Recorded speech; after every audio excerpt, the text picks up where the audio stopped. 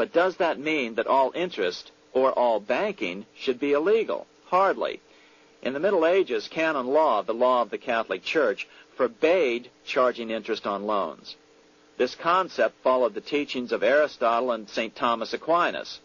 They taught that the purpose of money was to serve the members of society, to facilitate the exchange of goods needed to lead a virtuous life. Interest, in their belief, hindered this purpose by putting an unnecessary burden on the use of money. In other words, interest was contrary to reason and justice. Reflecting church law in the Middle Ages, Europe forbade charging interest on loans and made it a crime called usury. As commerce grew, and therefore opportunities for investment arose in the late Middle Ages, it came to be recognized that to loan money had a cost for the lender, both in risk and in lost opportunity. So some charges were allowed, but not interest per se. But all moralists, no matter what religion, condemn fraud, oppression of the poor, and injustice as clearly immoral. As we will see, fractional reserve lending is rooted in a fraud, results in widespread poverty, and reduces the value of everyone else's money. The ancient goldsmiths discovered that extra profits could be made by rowing the economy between easy money and tight money. When they made money easier to borrow, then the amount of money in circulation expanded. Money was plentiful. People took out more loans to expand their businesses. But then the money changers would tighten the money supply.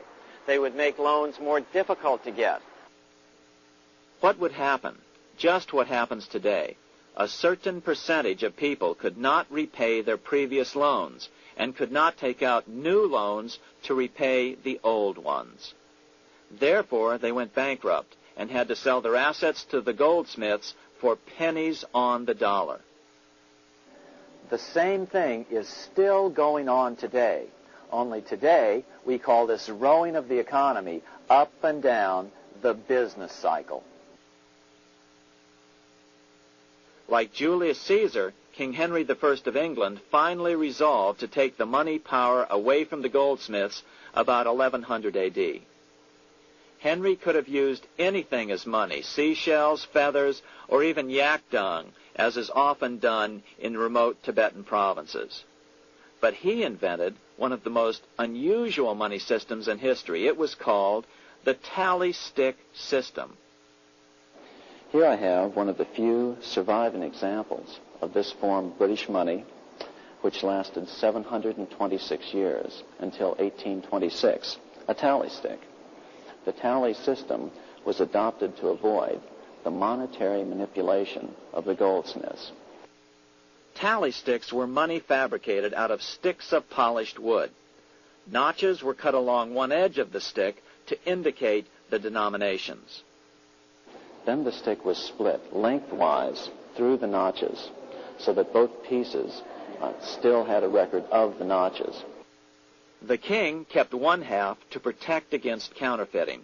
Then he would spend the other half into the economy, and they would circulate as money.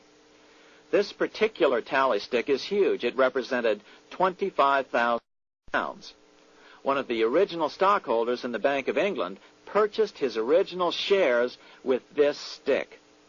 In other words, he bought shares in the world's richest and most powerful corporation with a stick of wood. It's ironic that after its formation in 1694, the Bank of England attacked the tally stick system because it was money outside the power of the money changers, just as King Henry had wanted it to be. Why do people accept sticks of wood for money? That's a great question. Throughout history, people traded anything they thought had value and used as money. You see, the secret is that money is only what people agree on to use as money. What's our paper money today? It's really just paper. But here's the trick. King Henry ordered that tally sticks had to be used to pay the king's taxes. This built-in demand for tally sticks immediately made them circulate and be accepted as money. And they worked well. In fact, No other form of money has worked so well for so long as tally sticks. Keep in mind, the British Empire was built under the tally stick system. The tally stick system succeeded despite the fact that the money changers constantly attacked it by offering the metal coin system as competition.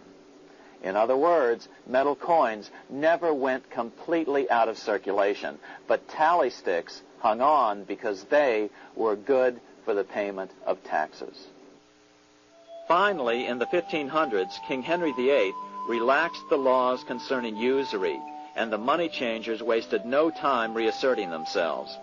They quickly made their gold and silver money plentiful for a few decades. But when Queen Mary took the throne and tightened the usury laws again, the money changers renewed the hoarding of gold and silver coins, forcing the economy to plummet. When Queen Mary's sister, Queen Elizabeth I, took the throne, she was determined to regain control over English money.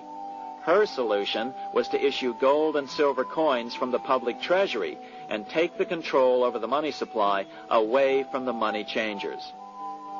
Although control over money was not the only cause of the English Revolution in 1642, religious differences fueled the conflict. Monetary policy played a major role. Financed by the money changers, Oliver Cromwell finally overthrew King Charles, purged the Parliament, and put the king to death. The money changers were immediately allowed to consolidate their financial power. The result was that for the next 50 years, the money changers plunged Great Britain into a series of costly wars. They took over a square mile of property in the center of London, known as the City of London. This area today is still known as one of the 3 predominant financial centers of the world. Conflicts with the Stuart kings led the money changers in England to combine with those in the Netherlands to finance the invasion of William of Orange, who overthrew the Stuarts in 1688 and took the English throne.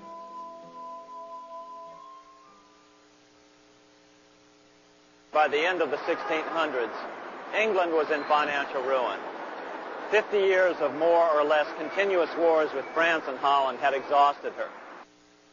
Frantic government officials met with the money changers to beg for the loans necessary to pursue their political purposes. The price was high. A government-sanctioned, privately owned bank which could issue money created out of nothing. It was to be the modern world's first privately owned central bank, the Bank of England. Although it was deceptively called the Bank of England to make the general population think it was part of the government, it was not.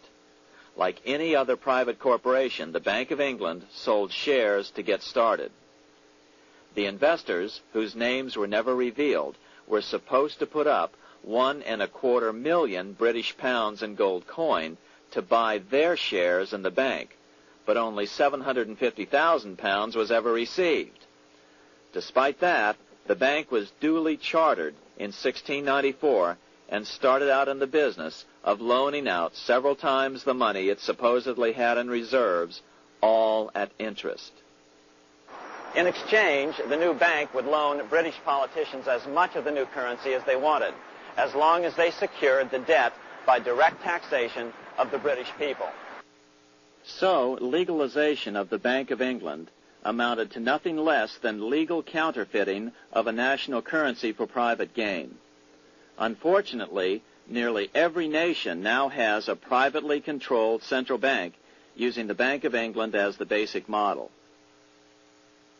Such is the power of these central banks that they soon take total control over a nation's economy.